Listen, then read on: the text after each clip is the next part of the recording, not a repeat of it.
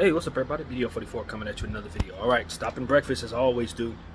Make a Laker video. It's turned out to be a thing around here, but I'm thinking about, and we'll see if my conversation actually stays this way, because a lot of times I'll start a conversation, as you guys know, about a certain topic and then end up talking about how I want to rebuild. So I'm gonna try to steer away from that if I can. But the point is, here today, my intention is to bring up a thought that came to mind about, is there a way we can go forward with the two-star model of what we already have and bring it the piece that maybe makes it all come together a little better, or a lot better?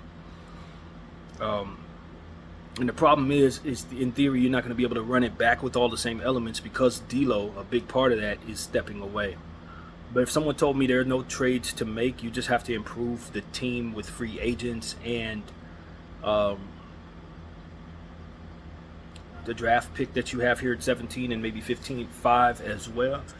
I'm trying to figure out what type of piece I think would really make this team as good as we need it to be. I'm trying to psych myself into believing that we're not as far away as I think. Gabe Vincent, who is he coming back as this season if we're not trading him away? I personally do not look at Gabe Vincent as a point guard. That's the problem.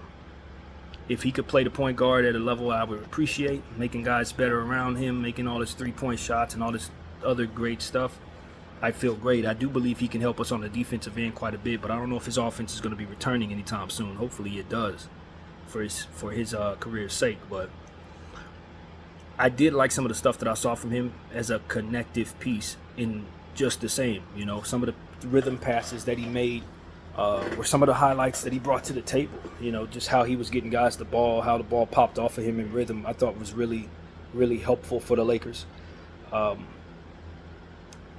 So when I think about upgrading the shooting guard position, I don't think that is a priority for me. If I assume he's coming back who he needs to be, assuming D'Angelo Russell opts in and we were keeping D'Lo, and of course we would match whatever came to Max Christie, bringing him back to give him a bigger role. And of course Austin Reeves can play the two very comfortably. In fact, that's where I prefer him to be in most situations. Now the key for me is understanding that D'Lo and Austin probably should not be going forward together in the starting lineup. But if Max Christie's going to take a step forward, he'll take some of those minutes. And if Gabe Vincent is going to be healthy all season, he too will take some of those minutes. So that dynamic where you're relying upon both of them to be on the floor at the same time, it's going to shift. And that's the thing to understand. You're not going to have them on the floor as much because you're not going to need to. You can start Gabe Vincent, and he's more of a two-way guy that can help you defensively next to Austin at the one, even though that's a little weird with the size thing. I'm not a big fan of the small two-guard, big point guard thing. That just looks a little weird to me. And it switches kind of funny in some ways. But the point is that you'll have a two-way guy or a defensive guy next to Austin, or a defensive guy next to D'Lo. And this is just in my head. I ain't heard no rumors about this at all. So I want people to understand that there's no tea leaf available that makes me think this. Is just a gut hunch, and I'm just going to say it. I ain't heard nobody say this. I think D'Lo probably will opt in, man. I don't think he's going to opt out.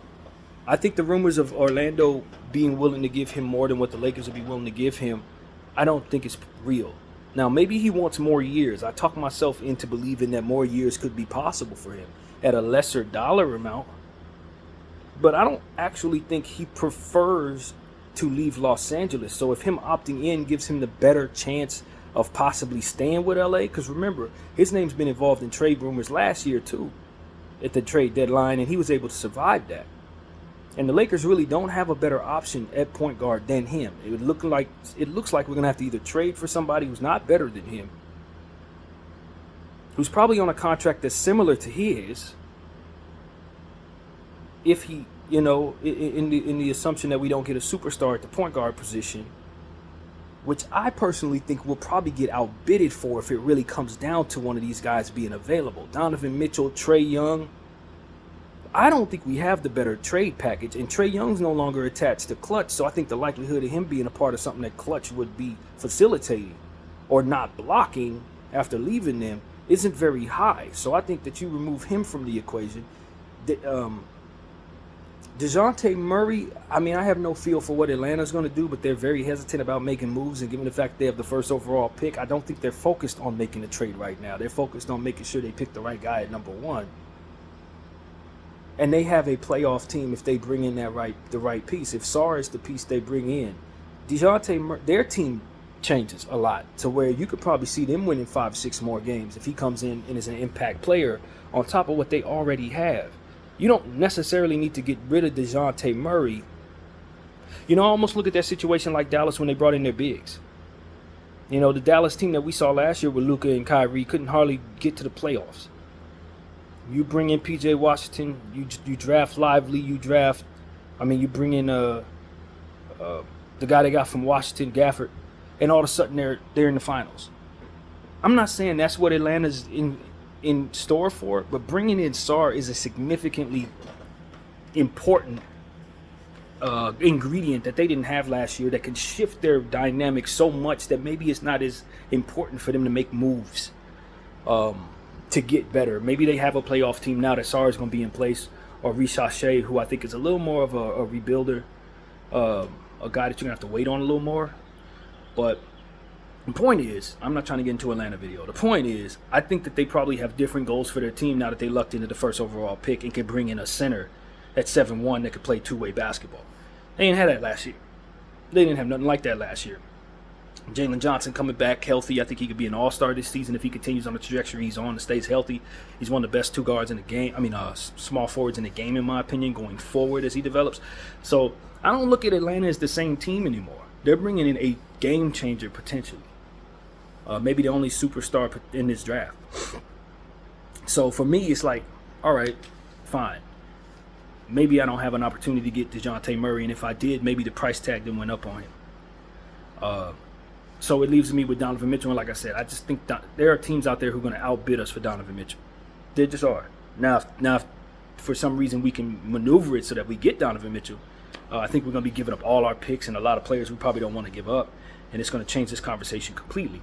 But I don't know how likely that is, so I'm just going to, for the sake of our conversation, assume that it doesn't happen. After that, you start looking around and saying, okay, well, our best bet is to ask D'Lo to opt in and stick around with us, because we're not going to trade him for anything better than him, and we're probably not going to be able to upgrade the point guard position. And if he walks for nothing, we're talking about having guys come in like Jalen Hood-Schifino playing a real point guard role next year, Austin Reeves playing a point guard role. I'm hearing rumors about Kyle Lowry and Chris Paul. That's a nightmare, man. That's a real nightmare. If that's your point guard position next year, you might as well draft a point guard with 17. And I know we're not going to draft a point guard with 17. I have no doubt that the Lakers will pass on any of the point guards in our range. Now, if somebody like Dillingham falls to us or some crazy stuff like that, then of course we'll take that player, I believe. But then again, last year we passed on that type of situation too. So I don't really know what we'll do, but if logic aligns, the only way we'll take a point guard is if somebody that's not supposed to be in our range falls to us. It ain't going to be us taking Collier. It ain't going to be us taking Tyler Kolek or, maybe McCain. If McCain falls to us, I think he'd be a great fit. He's probably like a better Gabe Vincent. And I know that I saw a Laker fan in a comment section say that that's the only player he wants us to draft at 17. I don't think he'll be available. I'm not looking to get a guard, but I think he has some defensive ability, and I think his jump shot is he's a knockdown shooter. Thing about McCain that I understand is that his shot's either going in or it's rebounding. It's going to be a difficult ball to rebound. He's one of those guys that miss bad when he misses. So that's a real thing. Ball ricochets off into different weird angles because of how he shoots the rock. So he's hit or miss. He's not as a surefire bet to me after doing a little homework on him as most people are saying he is. He may be able to do some really good things, but to me he looks like another Gabe Vincent. And he's probably going to Sacramento. So, that's one thing. I'm just not really certain that going the guard route is what we should do, given the fact that we used 17 last year on Jalen Hood-Schifino, who we still have to see what he can do. We still have to get him into a position where he's healthy. He's coming off the back surgery. Maybe we use him in trade. But I'm concerned that our point guard position is so in flux at this point that we really need D'Lo to come back and should expect for him to come back, even though there are no rumors telling us that. It's just kind of how things are folding for me. I don't think D'Lo's market is what people are saying it is at all. I don't think anybody in their right mind is gonna pay him over what he's making in that from year to year. After what we've seen for the last 3 straight years in the playoffs, which is him falling apart each and every year, it's becoming understand that that's who he is. He's a regular season player that can hit threes occasionally. There are going to be some games where he doesn't play well. He can get others involved. And when he's motivated to play defense, he can play defense. He tends to get injured at times. Stuff like that. He's just not a reliable player. He's a good player, but not a great one, and probably not somebody you want to invest in long term. So that's my thinking on D'Lo. He's an excellent streaky shooter. He can have a game where he goes for 9 threes, but if you need that for you to win, you're not going to have that every night. So would I love to trade D'Lo for or upgrade D'Lo? I think that if it were feasible to do so, that would be ideal. But I don't know that that's a real thing. I don't know if it's a real thing. So for me, I'm looking around, I'm saying, okay, if I can only make myself better in this draft, as I said yesterday, I think the Lakers really need a stretch 4/5. Even though I've been on record as of late saying that we have too many power forwards, what I meant to say is that we have too many power forwards that are one way, that can't stretch the floor, who don't fill in for Anthony Davis at all so that he could have opportunities to not have to guard these big ass players. We need somebody who can guard big players, and the centers that are out there that we've been rumored to receive or have the ability to receive cannot stretch the floor. And my problem with that is we already had that problem with Anthony Davis. He's not stretching the floor. He can hit the 3 here and there, but the percentages tell us he's not a shooter. So that's already making it more difficult on people on the floor. And see, that's my attitude these days. I want to create as much space as humanly possible. That's my idea of how to make this team better. We need more two-way players, and we need guys who are not going to be easy to guard. The reason why the Boston Celtics are probably going to win the championship, even though God knows I don't want that to happen, is because everybody on their floor is two-way, and everybody on the floor at all times can stretch the floor. There's not a player on their roster that can't shoot the 3. None of them. All of them can shoot the 3, unless I'm not thinking clearly. Everybody down there is capable. When you look at the reason, in my humble opinion, why the Dallas Mavericks were able to beat the Minnesota Timberwolves is because at all times there's a player on the floor that is absolutely no threat on the offensive end. This Rudy Gobert. He's not ever anybody you have to worry about, and as a result, you can load up on that man at the top of the key and bump him with bigger players. You don't have to necessarily worry about Mike Conley because he's only going to do but so much. Maybe you get 15 points out of him. He's not a threat offensively, and as a result, your offensive players have more defense coming at them than if they had like the Boston Celtics situation where everybody spreads the floor. I don't want no bigs, with respect to these guys of whom I like. I like your Clint Capelas, Yves Missy. I just did a watch video on him. I like these guys, but I genuinely think you can only afford to have one liability offensively on the floor in this era. And if these guys can only help you in the paint, then that makes it so that the defense has an easier job going against these guys. And so for me, it's like if we can't improve our overall talent level, then our spacing needs to be pristine. And that's why Jaron Holmes is the pick for me, because I think he stretches the floor very well. And I think that he's somebody that I can count on who has a Dwight-like body, even though he's going to have to continue to work on his lower strength. He's not an explosive athlete like Dwight, but he moves like Dwight, ironically. He looks like he's probably related to him. He's Dwight Howard if you remove the explosiveness and the defensive genius and give Dwight an excellent three-point shot in a mid-range jumper. You know what I'm saying? It's like you take the defense away, give him some offensive talent. That's who Jaron Holmes is at 6'9", with 7-foot wingspan. Now, I did a little more homework on him since watching the video, making the video on him yesterday. And I've come to understand why he's in the second round range. It's because he doesn't have great mobility. It's because he kind of looks like Dwight when he moves around. Not a very fluid mover. But I don't think that takes away from the desire to have him on the team. Maybe I don't necessarily need to take him at 17 to respect some of the other players that have more intangibles. I've kind of fell off of that a little bit. And have accepted that maybe he should probably go behind 17. But I think taking him at 17 is safe, especially since people are starting to get an understanding of just how much he helps you on both sides of the floor with his shooting ability and his blocking shots on the other end, and his big body and his overall huge upper body strength that is there, that can be very imposing in situations, especially when you're talking about trying to gain positioning in the paint for rebounds and stuff like that. I think it can really help you.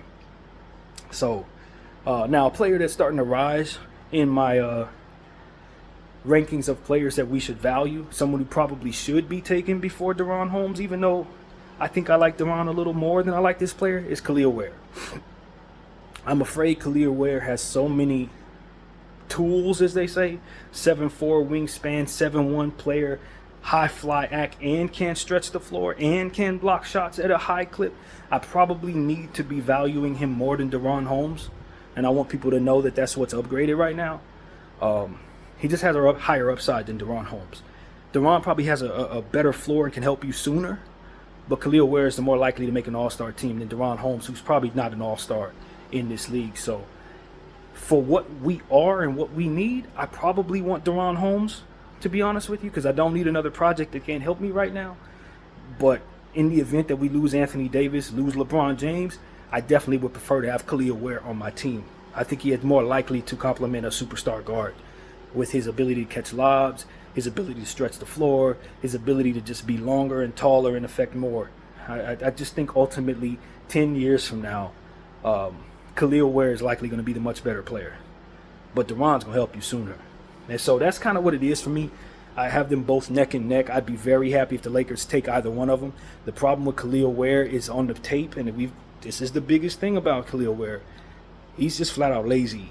He's lazy-minded. He's going to need somebody to light a fire under him. And with Anthony Davis, not necessarily being lazy-minded, but apprehensive, I think it can equate to not having the motor that you need down there with Khalil Ware.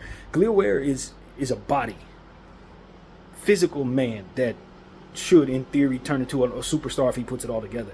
But Khalil Ware, the person, based on what I saw, and there could be a lot of reasons for that, he looked like he's just not checked into the game a lot of the time. And that draws away from his value early on for a team like us who needs a player who could be ready and who could do more for you. So overall, just on a big board, Khalil Ware is definitely ahead of DaRon Holmes for me right now.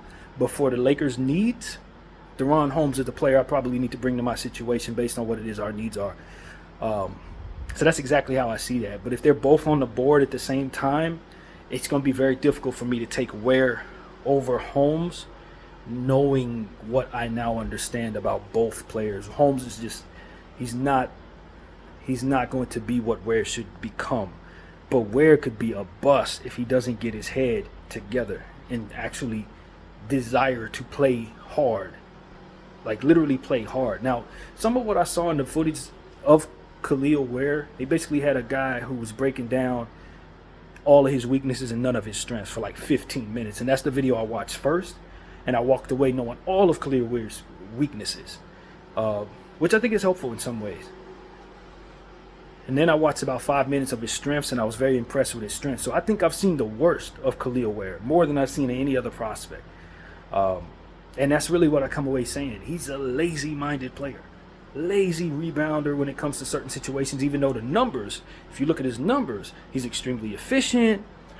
It could equate to, and I want to say this with respect, I want to be very careful, but it could equate to how we viewed Powell when he first got here. Why is Powell, you used to Shaq and all this dunking, and then Powell comes in, he's laying the ball up. Sometimes Powell didn't really have the energy. Certain games it wasn't there.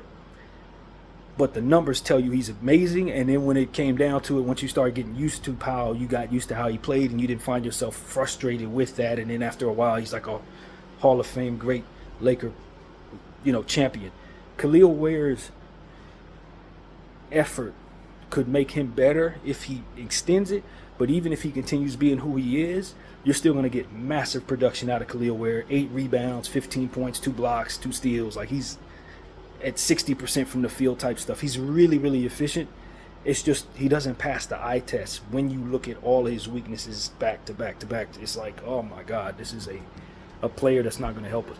Now, one thing that I want to say is the person who was commenting on Khalil's weaknesses was pointing out that he was always late getting back. I think that might have been by design, because they probably wanted him to be a trailer to take advantage of his three-point ability. If he's not rushing back down the court, he's conserving energy, and usually he's at the top of the key with all of the defense in the paint trying to keep up with what's going on. You can always find him as a trailer to step into a three-point shot with no one near him in college.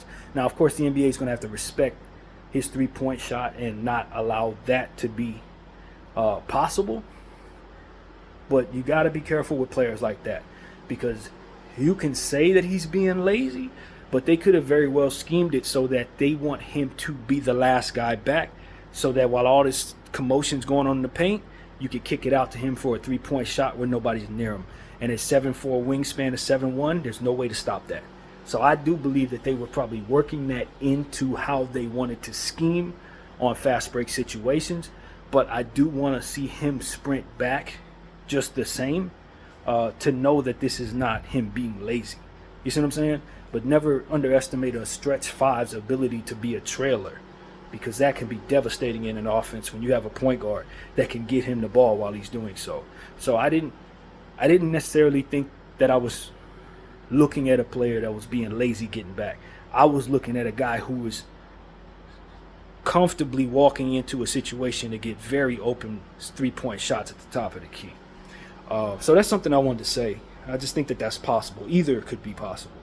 But even as he's quote-unquote being lazy, that three was always open. Always.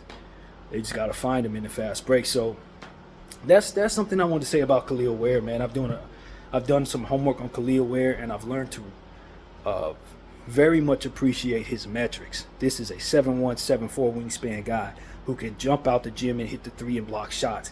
Definitely two-way. Probably should be at the top of our draft board at 17. But DaRon Holmes is more ready to help you. He too can block shots. He is two-way as well, and his three-point shots is better than Kel'el Ware's in my opinion. He's an even better shooter. He just moved funny. He moved like Dwight, and he's gonna have to work a lot for a long time to become a fluid basketball mover. But I think it still equates to him being excellent, and I think it could equate to him giving you pretty much a lot of production. So I'm high on both of them dudes. I think the Lakers need to take one of the two. Like I said, I like Yves Messi, but he can't stretch the floor. He has no jump shot, so it's going to equate to defenses being able to hone in on our other players, and our other players are not talented enough to have to deal with that night in and night out, especially with Anthony Davis having that same problem from behind the arc. It just shrinks the floor in a very uncomfortable way. And I don't want to bring that to me. And people need to understand, Derek Lively can shoot the three. When you talk about the Dallas Mavericks, PJ Washington stretches the floor, shoots the three, even though he's inconsistent. You can't leave him back there. So they can afford to have Daniel Gafford not shoot the three, especially with all the energy that Gafford provides and the fact that their stars stretch the floor. So it's always a shooter on the floor with their team. And with Derrick Jones Jr. also learning to hit the corner three more consistently, you can afford to have Gafford in a plethora of players with shooting ability. The Lakers don't have that dynamic. You got Bron, whose three shot well last year, but is usually inconsistent, probably will regress to some degree. You got Anthony Davis, who ain't shooting the ball at all. You got Vanderbilt, if you don't move him, who ain't shooting the ball at all. You can't afford to bring in another non-shooter. You got Jackson Hayes, who doesn't provide any jump shooting at all, doesn't provide any space from behind the arc, any threat there at all. It's too much of that already on our team. You got Gabe Vincent, who shot like 15% from behind the arc. Austin Reeves, whose three-point shot regressed from last year. You absolutely cannot bring a non-shooting big to this situation. You cannot. So Yves Messi off the board for me. I can't draft him. My favorite young guy, the big fella that everybody loves. I love him too. I think he could be a hell of a player, but if he can't stretch the floor, I can't bring him in. I can't think of his name right now, but Zach Edey. Love Zach Edey. I'm a Zach Edey guy, but there's no way I'm bringing him to this situation. It's too much non-shooting for me to bring a guy who can't shoot the ball at the center position. I cannot do it. So I want people to understand that. Um, so that's why I have those two at the top of my draft board right now at the center position.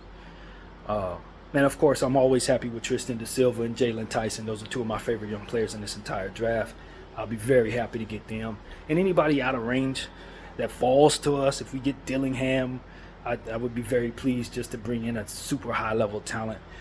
Castle, if for some crazy reason Castle falls in our range, which is literally not going to happen, of course you take Castle and that kind of thing is of course. But as far as in our range, Khalil Ware number 1, Deron Holmes number 2, or 1B, 1A and 1B. And then for me, if both of those guys are off the board, then we start looking at some of the other players that we really like.